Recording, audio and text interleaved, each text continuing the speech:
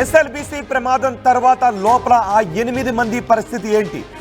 SLBC ప్రమాదంలో ఆ టన్నెలో 8 మంది చిక్కుకున్నారు. వారి కోసం వారిని రక్షించడానికి 4 రోజులుగా ప్రయత్నాలు కొనసాగుతూనే ఉన్నాయి. వాళ్ళ జాడ మాత్రం ఇంకా తెలియడం లేదు. కానీ సెల్ ఫోన్లో రింగ్ అవుతున్నాయని అధికారులు చెప్తున్నారు.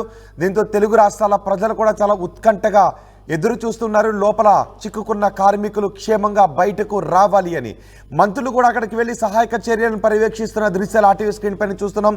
ఇప్పటికే 9 బృందాలు ఈ ఎస్ఎల్బీసీ టన్నెల్ దగ్గరకు చేరుకున్నారు. ర్యాట్ హోల్ మైనర్స్ని కూడా అక్కడికి తీసుకుని వచ్చారు. లోపలికి వెళ్ళి వారి ఆచూకీని కనుగొనడానికి ఉన్న ప్రత్యామ్నాయ మార్గాలు ఏంటి అనే విషయంపై కూడా చర్చిస్తున్నారు. ఒక దశలో వర్టికల్ డ్రిల్లింగ్ చేయాలని అనుకున్నారు, కానీ అది అంత సులభతరం కాదు అని దాన్ని విరమించుకున్నట్టుగా తెలుస్తోంది.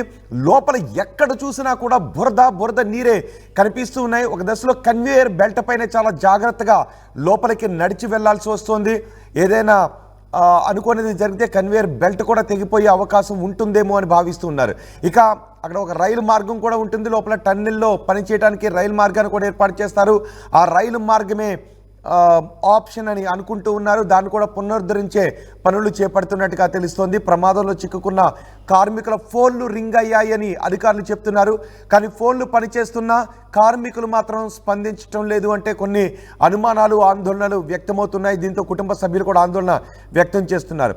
ఏదేమైనా లోపల చిక్కుకున్న 8 మందిని క్షేమంగా బయటకు తీసుకుని రావాలి అని బృందాలు ప్రయత్నం చేస్తున్నాయి. రాష్ట్ర ప్రభుత్వం ఎప్పటికప్పుడు ఆ పనులను పర్యవేక్షిస్తోంది. మంత్రులు అక్కడ ఉండి జూపల్లి కృష్ణారావు, ఉత్తమ్ కుమార్ రెడ్డి ఇద్దరు కూడా పనులను పర్యవేక్షిస్తూ ఉన్నారు. రెస్క్యూ ఆపరేషన్లో జియాలజిస్టులు కూడా పాల్గొన్నారు.